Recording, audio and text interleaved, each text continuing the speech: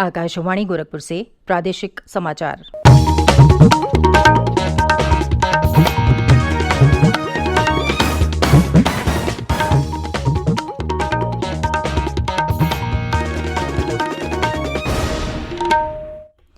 नमस्कार। समाचार बुलेटिन के साथ मैं सुकीर्ति अस्थाना। पहले मुख्य समाचार।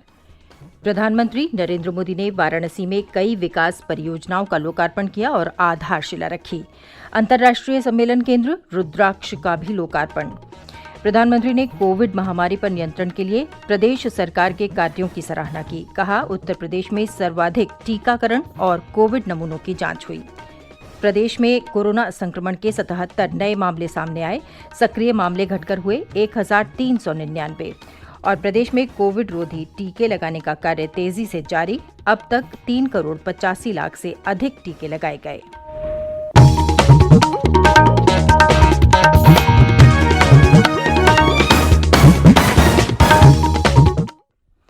और अब समाचार विस्तार से। प्रधानमंत्री नरेंद्र मोदी ने कहा है कि उत्तर प्रदेश मुख्यमंत्री योगी आदित्यनाथ के नेतृत्व में स्वास्थ्य, कृषि, रोजगार, प्रौद्योगिकी और अन्य क्षेत्रों में चहुमुखी विकास कर रहा है। उन्होंने कहा कि राज्य ने कोविड महामारी पर नियंत्रण पाने में प्रशंसनीय और अनुकरणीय कार्य किया है। बीते कुछ महीने हम सभी के लिए, पूरी मानव जात के लिए बहुत मुश्किल भरे रहे हैं। कोरोना वायरस के बदलते हुए और खतरनाक रूप ने पूरी ताकत के साथ हमला किया था, लेकिन काशी सहित यूपी ने कोरोना की दूसरी वेव को जिस तरह संभाला, कोरोना संक्रमण को फैलने से रोका, वो अभूतपूर्व है। प्रधानमंत्री कल अपने संसदीय क्षेत्र वाराणसी में काशी हिंदू विश्वविद्यालय में एक जनसभा को संबोधित कर रहे थे। उन्होंने कहा कि उत्तर प्रदेश कोरोना नमूनों की जांच और कोविड रोधी टीकाकरण दोनों में अग्रणी है। सबको वैक्सीन, मुफ्त वैक्सीन, इस अभियान के माध्यम से गरीब, मध्यम वर्ग, किसान, नौजवान सभी को सरकार द्वारा मुफ्त वैक्सीन लगाई जा रही है। हर जिले में बच्चों के लिए विशेष ऑक्सीजन और आईसीयू जैसी सुविधाएं निर्मित करने का जो बीड़ा यूपी सरकार ने उठाया है, वो भी सराहनीय है। स्वास्थ्य सुविधाओं के निर्माण के लिए हाल में केंद्र सरकार ने 23,000 करोड़ रुपए का विशेष पैकेज घोषित किया है। इसका भी बहुत बड़ा लाभ यूपी को होने वाला है। प्रधानमंत्री मोदी ने कहा कि इससे पहले केंद्र सरकार की कल्याणकारी योजनाएं उत्तर प्रदेश की तत्कालीन सरकारों में इच्छा शक्ति की कमी के कारण लागू नहीं की जाती थीं। श्री मोदी ने कहा कि राज्य में स्वास्थ्य क्षेत्र तेजी से विकास कर रहा है। उन्होंने बताया कि 2017 के बाद यहां मेडिकल कॉलेजों की संख्या में 4 गुना वृद्धि हुई है। प्रधानमंत्री ने कहा कि उत्तर प्रदेश में 550 ऑक्सीजन संयंत्र लगाए जा रहे हैं। इनमें से 14 संयंत्रों का कल वाराणसी में उद्घाटन किया गया। प्रधानमंत्री ने कहा कि पूर्वांचल में काशी मेडिकल हब बन गया है। श्री मोदी ने कहा कि काशी में सभी स्वास्थ्य सुविधाएं उपलब्ध हैं और लोगों को इलाज के लिए अन्य जगहों पर जाने की आवश्यकता नहीं है। प्रधानमंत्री ने कहा कि वर्तमान में उत्तर प्रदेश उद्योगों में निवेश के लिए सबसे आकर्षक राज्य बन गया है और लोगों को कारोबार शुरू करने के लिए सरकार हर संभव सहायता दे रही है। उन्होंने कहा कि राज्य में कृषि के क्षेत्र में कई परियोजनाएं और कल्याणकारी योजनाएं लागू की जा रही हैं, जिससे किसानों की स्थिति बेहतर हो रही है। श्री मोदी ने कहा कि अब राज्य में कानून का शासन है और गुंडागर्दी तथा माफिया राज बीते समय की बात हो गई है। प्रधानमंत्री ने कहा कि राज्य में भ्रष्टाचार पूरी तरह समाप्त हो गया है और भाई भतीजावाद के लिए भी अब कोई स्थान नहीं रह गया है। इससे पहले प्रधानमंत्री ने 1,583 करोड़ रुपए से अधिक लागत की कई विकास परियोजनाओं की आधारशिला रखी और उद्घाटन किया। काशी के विकास से जुड़े 1,500 करोड़ रुपए से अधिक के प्रोजेक्ट का शिलान्यास और लोकार्पण करने का अवसर मुझे मिला। बनारस के विकास के लिए जो कुछ भी हो रहा है, वो सब कुछ महादेव के आशीर्वाद और बनारस की जनता के प्रयास से ही जारी है। मुश्किल समय में भी काशी ने दिखा दिया है कि वो रुकती नहीं है, वो थकती नहीं है। प्रधानमंत्री ने काशी हिंदू विश्वविद्यालय में 100 बिस्तरों वाली मातृ शिशु चिकित्सा शाखा, गोदौलिया में बहुस्तरीय पार्किंग, गंगा नदी पर पर्यटन के विकास के लिए रो वेसल्स और वाराणसी गाजीपुर राजमार्ग पर 3 लेन वाले पुल का उद्घाटन किया। प्रधानमंत्री ने 839 करोड़ रुपए की लागत वाली कई परियोजनाओं की आधारशिला रखी।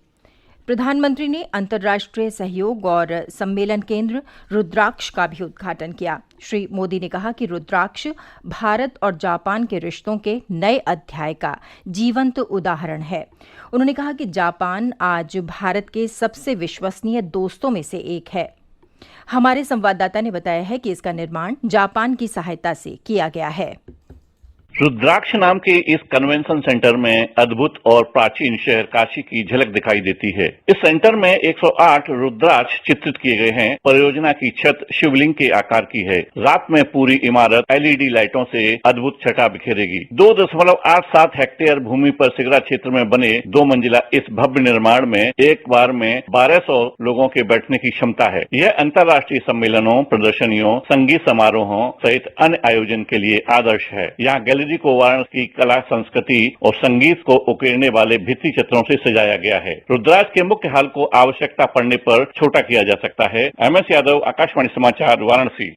समारोह को संबोधित करते हुए मुख्यमंत्री योगी आदित्यनाथ ने कहा कि अंतर्राष्ट्रीय सम्मेलन केंद्र रुद्राक्ष के माध्यम से साहित्यकारों, विद्वानों और कलाकारों को साहित्य और कला को अंतर्राष्ट्रीय स्तर पर प्रस्तुत करने का अवसर मिलेगा। मुख्यमंत्री ने कहा कि प्रधानमंत्री नरेंद्र मोदी के नेतृत्व में काशी आज अपनी आध्यात्मिक और सांस्कृतिक विरासत को संरक्षित रखते हुए विकास की नई ऊंचाइयां छू रही है। उन्होंने कहा कि काशी आज स्मार्ट काशी के रूप में देश भर में एक मॉडल बनी हुई है। उन्होंने ये भी कहा कि पिछले 7 वर्षों के दौरान काशी में 10,300 करोड़ रुपए की लागत वाली परियोजनाएं पूरी हुई हैं और 10,000 करोड़ रुपए से अधिक लागत की परियोजनाओं पर काम चल रहा है। प्रदेश में एक दिन पूर्व कोरोना संक्रमण के 77 नए मामले सामने आए हैं, जबकि 98 मरीज स्वस्थ हुए। सक्रिय मामलों की संख्या घटकर 1,399 रह गई है। राज्य के 5 जिले अलीगढ़, कासगंज, श्रावस्ती, हाथरस और महोबा में कोविड का एक भी मरीज नहीं है। एक दिन पूर्व 46 जनपदों में कोविड का एक भी नया मामला सामने नहीं आया, जबकि 28 जिलों में मामले इकाई अंक में दर्ज किए गए। लखनऊ में 10 नए मामले सामने आए। एक दिन पूर्व राज्य में 2,53,000 से अधिक कोविड नमूनों की जांच की गई।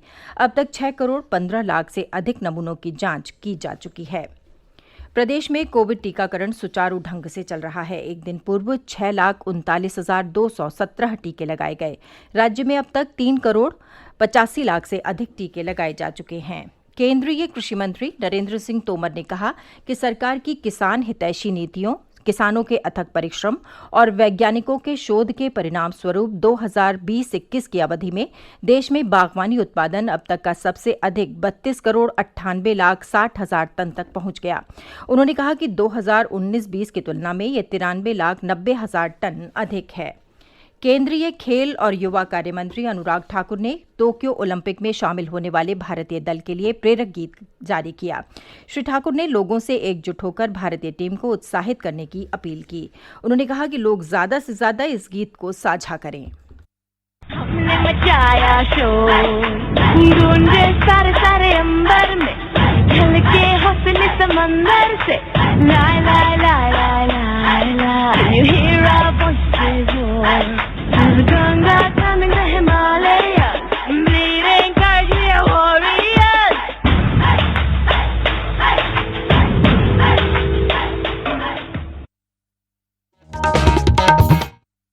और अंत में इस बुलेटिन के मुख्य समाचार एक बार फिर। प्रधानमंत्री नरेंद्र मोदी ने वाराणसी में कई विकास परियोजनाओं का लोकार्पण किया और आधारशिला रखी। अंतर्राष्ट्रीय सम्मेलन केंद्र रुद्राक्ष का भी लोकार्पण। प्रधानमंत्री ने कोविड महामारी पर नियंत्रण के लिए प्रदेश सरकार के कार्यों की सराहना की। कहा, उत्तर प्रदेश में सर्वाधिक टीकाकरण और कोविड नमूनों की जांच हुई।